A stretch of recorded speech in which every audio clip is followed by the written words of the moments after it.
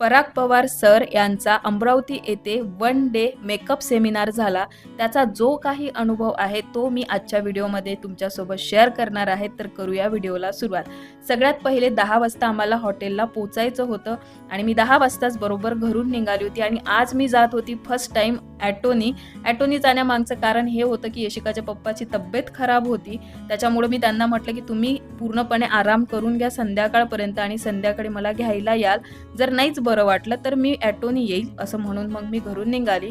आणि इथे तुम्हाला मी घडी दाखवत आहे. माझी जी घड्याळ आहे आणि त्याच्यासोबत जे काही ते ब्रासलेट आहे ते दोनही सोबत आलेलं आहे आणि हे मी मिशोवरून ऑर्डर केलेलं आहे. अगदी कमी किमतीमध्ये ही घड्याळ घेतलेली आहे मी आणि खूप छान आहे. तुम्हाला लिंक हवी असेल तर मला कमेंट करा, मी तुम्हाला लिंक देईल. गेल्याबरोबर सगळ्यात पहिले आम्ही तिकीट घेतल्या आणि इथे तुम्ही बघू शकता जेवणाची सुद्धा तिकीट भेटलेली आहे आणि कुठली सीट आम्ही बुक केलेली आहे सिल्वर गोल्डन ती सुद्धा आम्हाला एक रिसिप्ट भेटलेली आहे. सोबत पेन आणि एक बुक सुद्धा भेटलेला आहे की जे काही पॉईंट तुम्हाला पाहिजे आहे ते तुम्ही त्यामध्ये नोट करू शकता.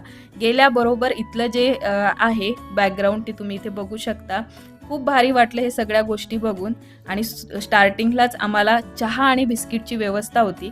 सगळ्यात पहिले आम्ही चहा आणि बिस्किट खाल्ला आणि सीमासाठी सुद्धा घेऊन आलोत कारण की तिचा पाय जो आहे तो फ्रॅक्चर होता त्याच्यामुळं. आता इथे कार्यक्रमाला सुरुवात झालेली आहे. अमरावतीमधल्या आणि अमरावतीच्या आजूबाजूला ज्या काही मोठमोठ्या ब्युटिशियन आहेत किंवा ज्यांचा अनुभव मोठा आहे अशा ज्या ब्युटिशियन आहेत त्यांचा सगळ्यात पहिले इथे सत्कार केला गेला आणि त्याच्यानंतर पराग पवार सरांची ग्रँड एंट्री झालेली आणि त्यानंतर सरांचं स्वागत केलं गेलं. थोडंसं सरांचं इंट्रोडक्शन दिलं आणि त्याच्यानंतर लगेच 5 मिनिटानंतर 5 ते 10 मिनिटानंतर मॉडेलसुद्धा आली आणि तुम्हाला मी सांगते की जेव्हा मी मॉडेलला पाहिलं तेव्हा माझी एक्साइटमेंट जी होती ती आणखीन जास्त वाढली. आता का ते मी तुम्हाला सांगते की जी मॉडेल आली होती तर तिची फक्त हेअरस्टाईल झालेली होती. आता इथे तुम्हाला दिसेलच हे बघा मॉडेल. तरीसुद्धा ती एवढी सुंदर आणि एवढी क्यूट दिसत होती. तर मला असं वाटत होतं की यार हिचं जेव्हा मेकअप होईल तेव्हा ही किती सुंदर दिसेल आणि हिचं मेकअप आणखीन काय करणार आहे.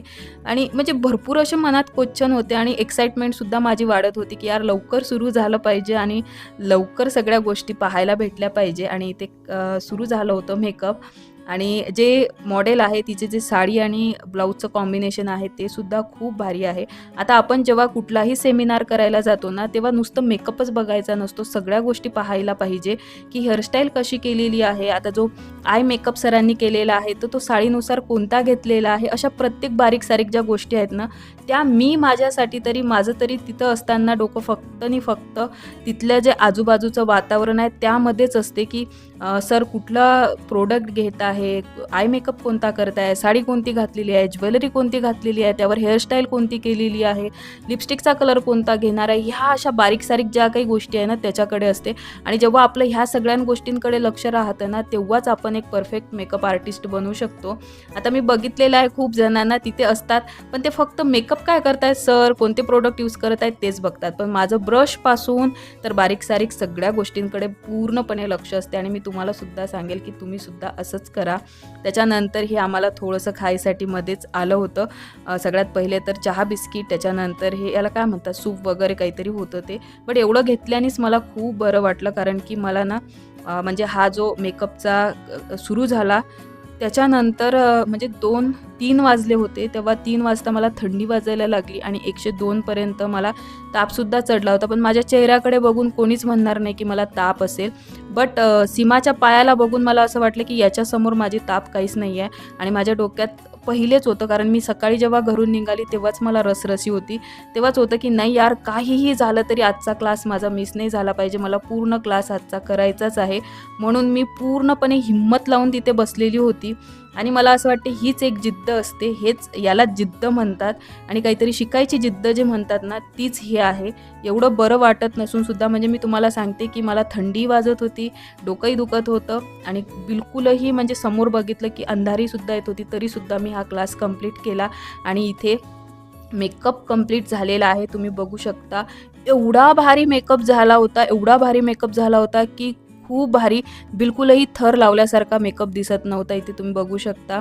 आणि आम्ही अक्षरशः तिथे जाऊन आणि त्या मॉडेलच्या चेहऱ्याला हात लावून बघितलेला तर मेकअप इकडचा तिकडेही होत नव्हता आणि खूप एकदम नॅचरल असा मेकअप दिसत होता.